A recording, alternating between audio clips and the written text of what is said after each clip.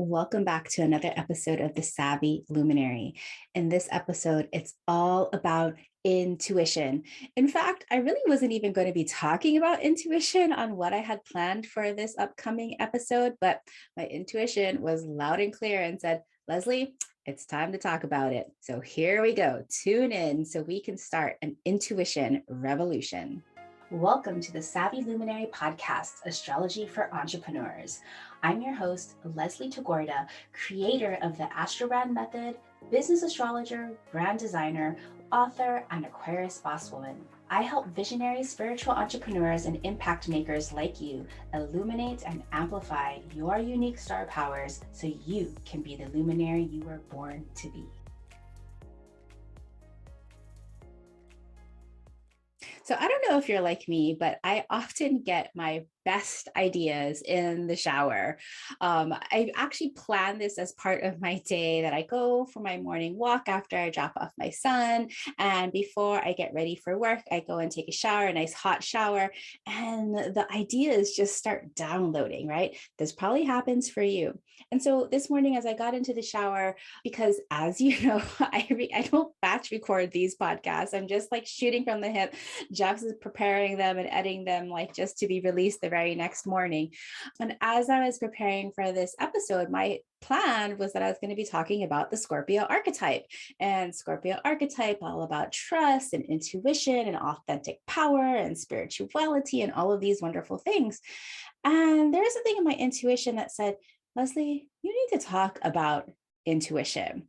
And I was like, you know what? I do, because intuition has been coming up so deeply, so profoundly. And even if you're somebody who says, like me, that, oh, I'm not that intuitive, let's talk about it. It's not that you're not intuitive. You probably just haven't really been paying attention or are not validating all the times that your intuition is actually talking to you. So in this episode, I'm going to be sharing a lot of things with you. One of the things that as soon as I got out of the shower this morning, I was like, I have to go onto my free Facebook group, the Savvy Luminary, and ask them how they're using intuition in their businesses. So if you're not already in my free Facebook group, the Savvy Luminary, I know Facebook, blah, blah, blah, but it's just one of the best places to create community. As soon as I got out of the shower, I posted intuition in your business. How do you use it? Share your story or your questions so I can discuss in the next podcast episode. And let's just say that so many of you all raised your hands, sharing your stories, sharing your experiences, sharing what happened when you heard your intuition and didn't listen, and heard how your businesses really opened up when you started finally tapping into intuition in your own unique way. So I'll be sharing some of those stories with permission from those in the Savvy Luminary Facebook group that shared their experiences.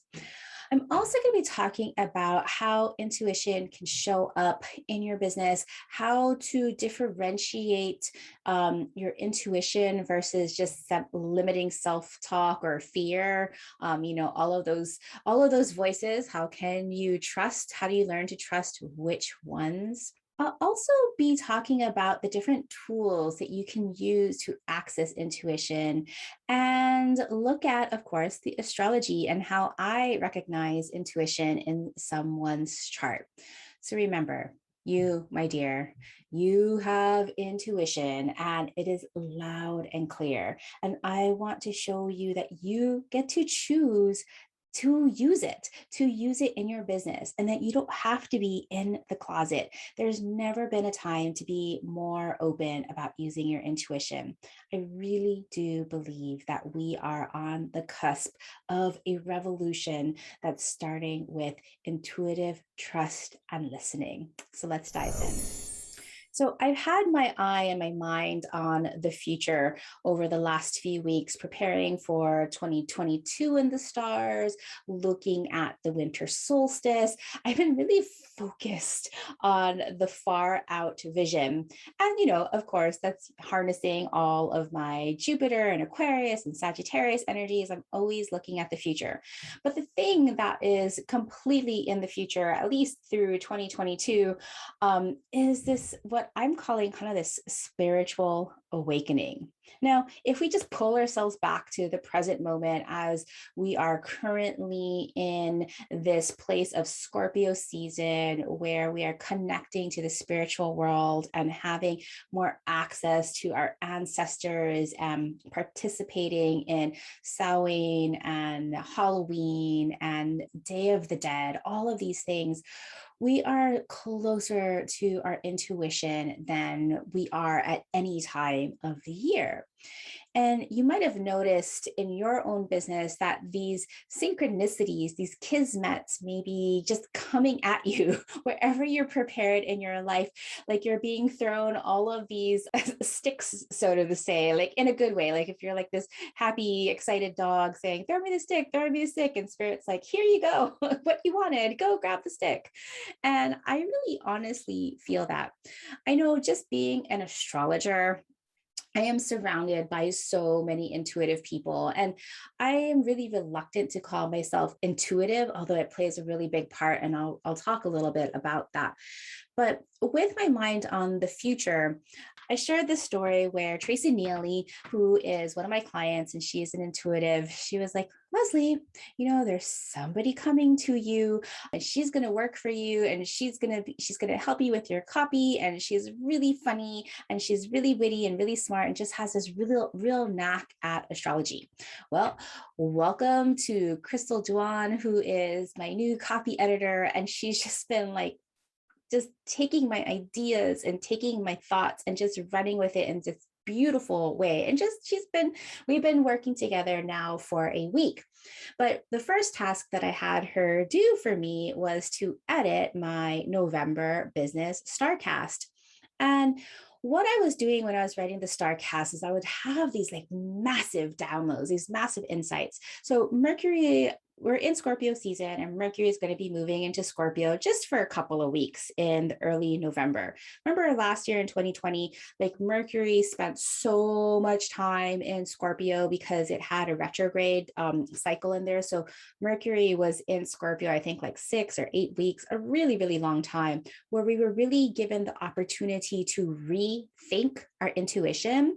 So to me, that was kind of like the door opening, or if you're really spiritual, you could think about it as like this portal to our intuition opening.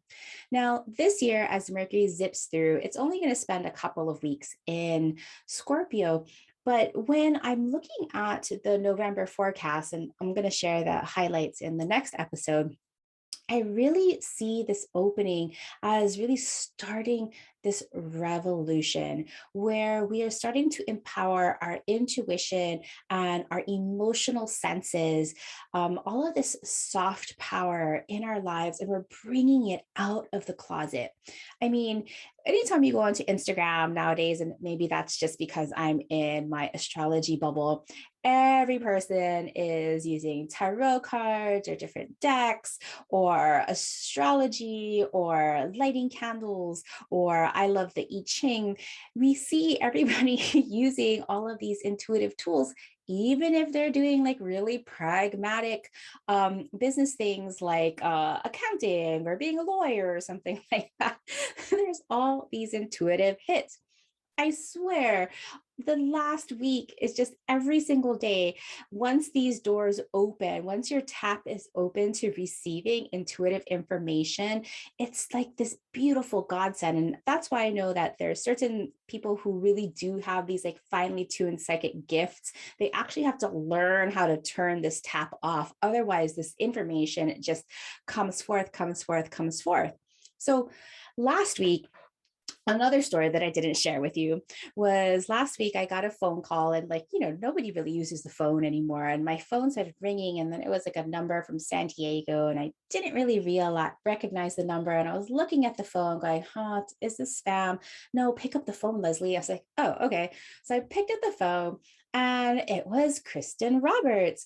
And Kristin Roberts is an attorney, and she helps put all your trademarks all together for certifications. And we had talked a few months back, I think in April, and Kristin called and she's like, hey, Leslie, how are you? I don't know why. I just had this intuitive hit to call you. And I just about like another sense of like super shock and surprise, not at super shock and surprise, like, oh my God, I'm so surprised to hear from her. But it was just like, she knew that I was thinking about her because it is time for me to get started on the legal backbone of my certification process as I'm working on the instructional design and putting the structure and the form of the certification together. So as I was talking to Kristin, a trademark attorney, a business attorney in California, I was talking to her about this intuitive hit that she got, that she decided to call me, because we don't really have that kind of friendly relationship, or we don't yet have this kind of friendly relationship. And she's like, I don't know, my intuition told me, my intuition is really strong. And when I hear my intuition tell me to call somebody, I just call them. And I was like, hold on a second. So I opened up her chart. I was like, can I look at your chart? She's like, of course. And I open up her chart and I see all of these things that like scream intuitive, like just this beautiful sense of intuition. And I was like, hey, do you use your intuition in your business? Well, she didn't exactly use her intuition in her business, but she certainly reached out to me as a client. And now everything is set up. I have my contract signed, everything is going, and she is getting to work on putting together the legal structure of the certification. So intuition, it is always on and it's coming through.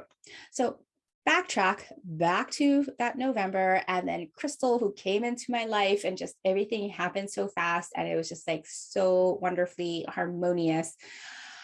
It's just like all so much. Like I'm gonna have to like learn how to dial back the intuition a little bit. So where does this come from? And why is this happening now? So going back to the astrology, right? We talked about Scorpio being intuitive. And one of the things that I always tell my Scorpio clients, and I'm talking to you, those Scorpio rising clients, I don't know why I have so many Scorpio rising clients, but you know who I'm talking to. There is this idea that Scorpio has this, what I like to call authentic power. And if you were my client and you were going to be using the word authentic, I would red flag you and like underline authentic, and it'd be like, well, what does authentic mean to you? When it comes to authenticity with Scorpio, Scorpio's authenticity comes from trust and transparency and honesty. That what is happening on the inside, all of the thoughts, all of the intentions are actually happening on the outside. With Scorpio, like no other zodiac sign, Scorpio's power is just raw. It's innate, it's deep, it's highly connected to your emotions, and being able to really decipher at that place where emotions and intuition connect. And that is what Scorpio has. The biggest thing that Scorpio has to learn as it's reaching for its highest potential is to learn to trust itself. It's to learn to be kind of like a magnet, knowing that its power is so deep and that it's here to serve a specific type of person, and being able to, the Scorpio is one of those signs that things are just like very black or white for Scorpio. Now, you might be saying, well, I don't have Scorpio. And I'm going to tell you that's wrong, because we all have Scorpio in our chart somewhere by house, even if it's intercepted. You have this intuitive nature. And Scorpio isn't the only intuitive key in a chart. If Scorpio is a little bit more grounded and embodied here on Earth, being able to tap into one's emotions and intuition, Pisces is a little bit more ethereal and being able to tap into the universe to access intuition on that level. And so when we think about the planetary rulers, we're thinking about Neptune that rules Pisces. We're thinking about Pluto and Mars that rules Scorpio. We're thinking about Mercury, if it's in a water sign like Pisces or Scorpio, that our Mercury is our ability to understand and to perceive and to communicate. Again, that can be this very intuitive channel. But as we go into the future in 2022, one of the big aspects that kind of shape 2022 as an entire 12-month year container is the conjunction between Jupiter and Neptune, both in Pisces. Jupiter, the traditional ruler of Pisces, and Neptune, the modern ruler of Pisces. And so earlier I was mentioning how Pisces is kind of this interstellar, universal, intergalactic connection to all. And the meeting of Jupiter and Neptune, these two outer planets in the sky, saying, hey, we have a fresh start, a new start that we are creating. So the way I see this, what I'm calling the intuitive revolution that started back in 2020, where things just came crumbling down. We had an extended Mercury retrograde in Scorpio, where we got to rethink our intuition and how we were going to access it. And then this Mercury in Scorpio, just a couple of weeks as it zips through, just kind of like saying, hey, it's time to sharpen our saw with our intuition again, because we need to get ready for beginning a new phase of spiritual awakening that starts with connecting to our intuition with that Jupiter and Neptune conjunction that happens in April. So I see this as kind of this like wide timeline. And so it's all of our duty right now as spiritual entrepreneurs, whether or not your business is really spiritual or you happen to use spiritual tools under the covers or out in the open, whatever you are. I know that if you are a listener, you relate to being a spiritual visionary entrepreneur and working with your intuition in your work. This is really time for us to clue in to listening our intuition, to being able to use tools to access it, and to work through our fears and to understand the difference between fear and intuition in our business. Now, for those of you who are saying, oh my gosh, no, I can never use my intuition in my business. I can never tell my clients that I use tarot cards. I can never tell my clients that I look at their astrology chart. Yes, I hear you, because it has not been safe for women to use their intuition. I mean, it was not even just a few hundred years ago, or there's still places in the world where people are dying because they're considered witches for being able to use your intuition. But you know what? Your intuition isn't just for witches. Our intuition, every single person on this planet Earth has intuition. Why is it okay for white business dudes to say, trust your instincts and your guts, but for a woman to tap into her softer intuition, all of a sudden that's not safe and she's a witch all of a sudden? Why is that? And so when we start to tap into our intuition, we have to pull in that Scorpio ability to trust, that Scorpio ability to feel, that Scorpio ability to cut through all of the dishonesty and the distrust, right? The dishonesty, because like that is a shadow version of Scorpio, where we're evading, keeping secrets, manipulating. That is not how we're going to start our intuition revolution. Okay. We have to be super transparent and super, super honest, because you have already known what happens when you don't use your intuition, right? Like you might call it a red flag, or you might say, oh, something smelled off here, yet you still took the client, or you still, bought something that you shouldn't, or you still all the things. I don't need to remind you, right? You already know what happens when you don't use your intuition. But what happens when you start to use your intuition? So there's so many different ways that people sense their intuition. And, I mentioned that I don't necessarily call myself intuitive. I never really considered myself intuitive. I don't have this great sense of vision. I'm not a clairvoyant. I don't hear things. I don't smell things. I don't get these clear visions. But what does happen for me when I started to give it permission is that I am able to channel. So I share this sometimes with people in my astrobrand readings. And I've shared this before in terms of like the spiritual tools that I use on the regular in my business. But I have a set of spirit guides that work for my business to help my business grow. And my spirit guides and we have a co-evolutionary process. And so the spirit guides that I've called in, I've used a method that is put together by the Paralandra group. She calls it a 4-point coding session. And so it includes a deva that you create based on a direction and a purpose. And it includes Pan. It includes a collective of other spirits that I personally renamed the Collective of Pure Light, because it used to have another name that just was not sitting with me. So I asked them if I could change their name, and they said yes. And then it also includes my highest self. And so every time I go into a session or I begin my work, or even when I come on to this podcast, I refocus the energy using my spirit guides. And I literally say out loud, please speak through me and let us serve our listeners in the way that they are ready to receive. You can call it a mantra, you can call it a prayer. And I use this on the regular. And when I'm in my zone, and if you've ever experienced me in a new moon ceremony or in an astrobrand reading, I am looking at your chart, but there's words that come through me as soon as I've allowed the spirits to use my voice. And it's still my voice.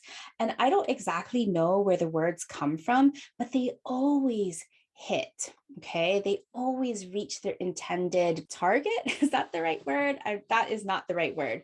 What happens when I start to overthink things, and we still need thinking, we still need logic, but we don't need overthinking, because that really then turns that tap off. If you're not really ready yet at that place to call in a spiritual team or to channel, or if if you're not yet tapped into clairvoyance or clairsentience or any of the clairs, you can still access your intuition. The easiest way to access your intuition is to ask, get a deck and ask a card for something. Then now, not all decks are created equal. If you've been listening to me for a while, you know that I once had a deck that absolutely hated me and never gave me anything useful.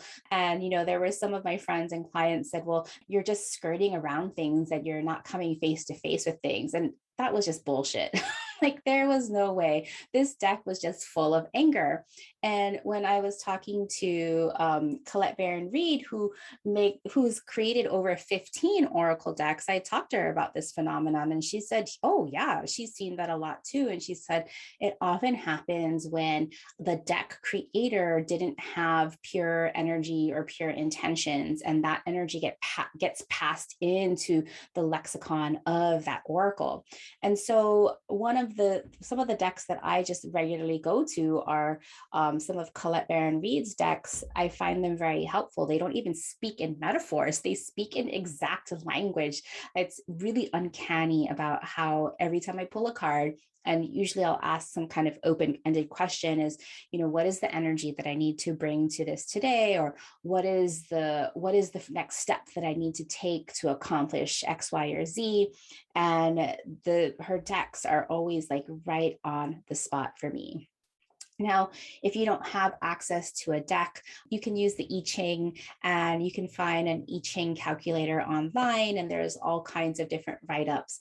But, just play around with it and start to have fun with your intuition. Start to invite your intuition to come through if you don't really necessarily have that sense of it. You can always look to your astrology to get a better sense of where your intuition is coming from. Now, of course, your moon sign is always your emotional and intuitive key. Your moon sign and placement and different aspects and relationships can give you some insight as to these emotional keys. I'm also, like I mentioned earlier, looking at Scorpio and Pisces. If I see Uranus next to Mercury, I'll have the assumption that that essence of intuition is coming through somebody's electrical system. So I'm curious to for you start to pay attention how your intuition speaks to you. There's another amazing astrologer, and she has a wonderful podcast, Jessica Lanyadoo of Ghost of a Podcast. And I remember really early in my astrology career, she was talking about the difference between emotions like fear that can hold us back and prevent us from doing things and intuition. And one of the things that she teaches is that your intuition almost never has an emotional charge.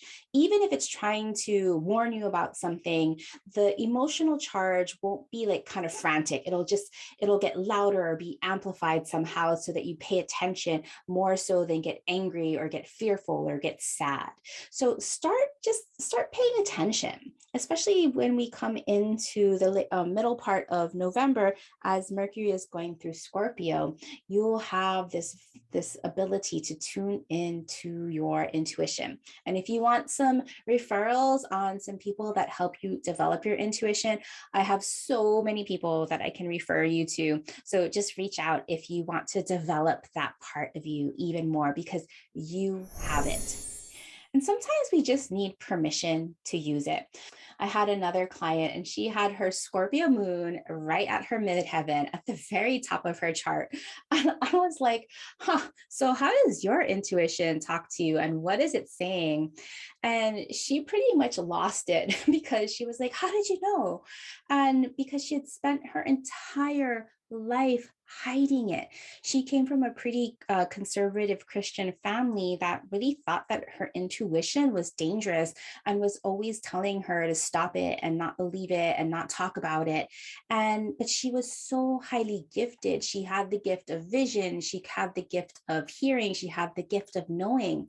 And as soon as we started to unravel and reframe her moon in Scorpio at her midheaven and just really start accessing her intuition, she started using it in her business, and she has just been doing an amazing job. So I want to share some stories. There's so many stories from the Savvy Luminary. So pop on over to the Savvy Luminary just to read some of these stories, because I don't know if I'm going to be able to read all of them right now, but there were just so many people sharing how they started using their intuition in their business. So I'll read a couple here. Erica Tebbins, who has an amazing podcast, Sell It Sister. She's actually going to be a guest in a couple of weeks. And she's also a Scorpio. Erica says, when I do use my intuition, magic happens. And when I don't, because I'm gaslighting myself, it just ends up feeling blah. Isn't that the truth, Erica? We're going to be really talking about trust and value and intuition when it comes to sales in a couple of weeks. So stay tuned for Erica's amazing episode. Maria shared that for years she was afraid to use her intuition because the people closest to me would freak out. It started spilling out, and she realized that her clients enjoyed what she shared when using her intuition. She's a hairstylist, so besides connecting with others to understand what they truly desire with their hair, she was able to naturally connect with them on a deeper level. And she started throwing in astrology, tarot cards, and intuition with each of her service. And they result in these spiritually moving sessions for both her and her client. When she doesn't use her intuition, she feels that something is very lacking. And Tracy Neely, she shared that her inner knowing is strong, and in her business is an excavator. It digs deep and sees what's underneath the conditioning so that her clients gain clarity. I do ask permission to be in their energy field because her intuition is like a lightning bolt. Information comes in fast. Adira has a wonderful story to share. She says she's a lawyer and she's facilitated several workshops on leveraging one's intuition to improve the way you interact with clients and one's overall lawyer life. Oh my gosh, Adira, I love that. I've helped facilitate continuing legal education courses on the topic in the Atlanta area, and these courses really grew out of the way I live personally. The idea is to expand the definition of what constitutes information by going beyond the insights of your five senses have to offer. An informal survey I conducted revealed that intuition comes into play with decision making when deciding which clients to take on and shaping legal arguments. Frankly, I look at it as a way to secure a strategic advantage. Oh my goodness. I just love this so much as intuition as a strategy, which is actually the November theme. So this is so perfect. I love hearing how a very pragmatic industry like law relies so much on one's intuition. Mina has an amazing story to share. And she says that she was on a call with a very practical older businessman, and he booked with her because people kept telling her how brilliant she was, which she assured him is true. She says, I could see ghosts in his eyes connected to his heart and his feet, and his posture showed me that his being wanted to root, but he'd been stuck in his seat too long. I told him to take off his shoes and socks and bury his toes in the carpet like he was on the beach. He joked, they say you're a strange one. What's this, some kind of voodoo? And then she says, no, I just wanted to see if you're coachable. They laughed and went on with a very interesting conversation, spotted with lots of, I don't know, I feel compelled to tell you that. At the end of the conversation, he sat up tall in his seat with his eyes bright and a big smile and talked about how he felt like he just had a full night's sleep. I told him that if he wanted to feel like that all the time, make sure he's stimulating the bottoms of his feet and getting plenty of movement and wind around his head. A fan will work, but fresh air is best. He then sent her 3 referrals and invited her to use his program and services for free, totally changed his life and gave him a way to take care of himself and prove that his grandmother, his long gone best friend, had always been right about him. Oh my goodness, so beautiful. One more story. Again, head over to the Savvy Luminary if you want to read more of these stories because there are just so many of them. Gail says that her intuition is on steroids, speaking to her all the time, protecting her and pushing her to the next level. And she says she used to not listen to her intuition and always regretted it. So now she always listens and tunes into her body. She says that she's claircognizant, clairaudient, clairvoyant, and clairsentient, as well as an empath. Oh my gosh, she has it all. That is amazing. But she went on to share that she didn't listen to her intuition about 15 years ago when she had the opportunity to live and work as a trainee in banking in London.